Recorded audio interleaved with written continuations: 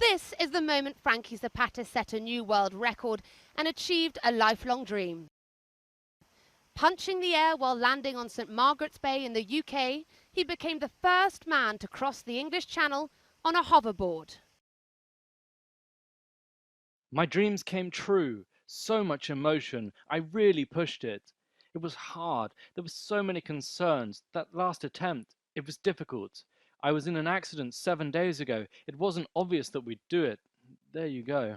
Zapata took off early Sunday morning from the north of France in Calais and flew to the south of England. CNN's affiliate BFM reported that the journey was 22 miles long and it took him exactly 23 minutes. This is the 40-year-old's second attempt. 10 days ago, he crash-landed at sea, trying to refuel on a platform mounted on a boat. Zapata said he learnt from his mistakes and used a bigger boat and platform on which to refuel this time. He's been working tirelessly to rebuild his machine since his first failed attempt, saying he pulled 16-hour days with a team of engineers making the final tweaks to his kerosene-fueled hoverboard. Zapata made the flight look effortless, as he says he glided at 105 miles per hour at a height of 50 to 65 feet above the sea, according to BFM. But when I met with Zapata earlier this month in his workshop in Marseille, he told me it wasn't as smooth as it seemed. I always have to fight against the wind. I have to fight against some pain in my muscles. So it looks like very smooth, but in reality, in the machine, it's very tough. It's just to fight. It was here that Frankie Zapata first caught the world's imagination, on Place de la Concorde, on Bastille Day, when he soared above the crowds, impressing French President Emmanuel Macron and earning him the nickname of the Flying Soldier. Now, back then, Frankie Zapata did say he enjoyed performing in front of crowds, but what he loved most was when he was flying alone, when he could feel the air through his fingers. He said it made him feel like a bird. On his last attempt, Frankie Zapata was able to just catch a glimpse of the British border, but this time, like a bird, he's landed on it. Saskia Van Doorn, CNN, Paris.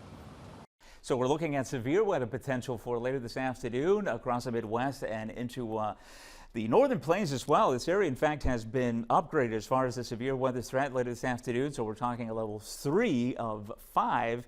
Pretty significant, certainly for this time of year. Isolated tornadoes, but certainly large hail and the potential for damaging winds in excess of 60 miles an hour. Lincoln, Nebraska, we're talking to you. Des Moines into Minneapolis, Milwaukee, and even Chicago will be a 1 of 5, but still generally this entire area under the gun for later this afternoon and into the evening. I want to put this forecast radar in motion to be able to see how the storms, my goodness, start developing there. When you see that bowing, that backward kind of sea orientation, that's indicative of very strong winds in the upper levels mixing down and reaching the surface.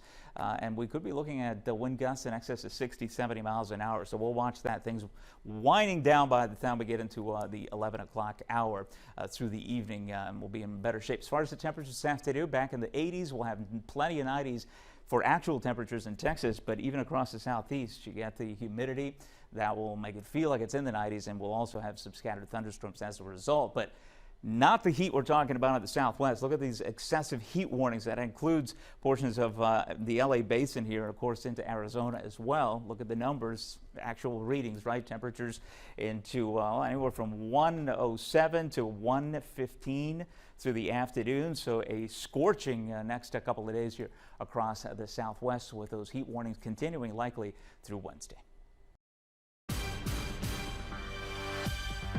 I'm Paula Newton, and these are the top business headlines. U.S. employers added 164,000 jobs in July. That's a healthy figure considering the economy has been expanding for more than a decade. The 3-month trend shows job growth slowing compared to last year. U.S. unemployment held steady in July at 3.7%. Beijing is slamming Donald Trump's promise to put a 10% tariff on any exports the U.S. hadn't already put import duties on. The Chinese say they will hit back and that they're not afraid of a fight.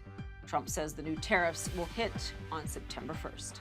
Escalating trade tensions sent Wall Street into a spin on Friday. All major indices closed in the red. The Dow ended down 100 points. The S&P and Nasdaq had their worst weeks since May. U.S. bond yields also fell to their lowest since 2016. Investors were more impressed with Chevron than ExxonMobil Friday, even though both oil giants beat forecasts. Chevron shares closed slightly higher, while Exxon ended about 1% lower. Facebook says it's taken down pages and accounts involved in a covert influence campaign tied to the government of Saudi Arabia.